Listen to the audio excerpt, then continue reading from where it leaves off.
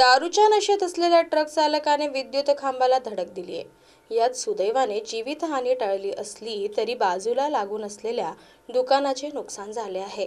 Amardeep Coal supplier कंपनीचे 18 चाकी वाहन वेकोलीच्या निलजई खाणीतून कोळसा भरून धानोरा मार्गे गडचांदूर निघाला। मात्र ट्रक चालक आनंद यादव रामटेके यांनी घुगुस येथे भरपूर दारू पिली व कोळशाने भरलेल्या ट्रकवरून त्याचा ताबा सुटला। त्यानंतर धानोरा येथील विद्युत खांबाला जोरदार धडक दिली, त्यामुळे परिसरातील पूर्ण वीज बंद झाली व धडक देताच ट्रक पलटी होऊन एका दुकानावर जाऊन पडला। यात सुदैवाने जीवितहानी झाली नाही, मात्र पानठेला धारकांचे 50,000वर नुकसान झाले आहे। आमचा पानठेला होता, इथं दारू पिऊन ट्रकनं गंडवला आहे। धानोऱ्याची लाईन गेली, खंबा पडला आहे, आमची भरपाई द्या।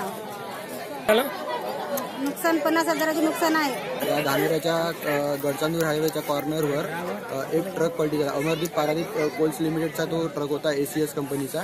तो ट्रकचा ड्रायव्हर दारू पिऊन जो ट्रक चालवत होता, त्यामुळे तो ट्रक आमच्या गावालगत असलेल्या पानठेला, गावालगतच एक पानठेला पण होता आमचा, त्या पानठेला उडवून तो गावामध्ये येऊन गावातला इलेक्ट्रिक पोल सुद्धा उडवलेला आहे। त्यामुळे गावातला पूर्ण इलेक्ट्रिक सप्लाय बंद झाला, इलेक्ट्रिकचे पूर्ण वायर तुटलेली आहे आणि गावात जर कोणी या ठिकाणी जर कोणी लहान वगैरे पूर्ण असते तर कोणी मरण सुद्धा पावले असते, तरी याच्यावर लवकरात लवकर कारवाई व्हावी।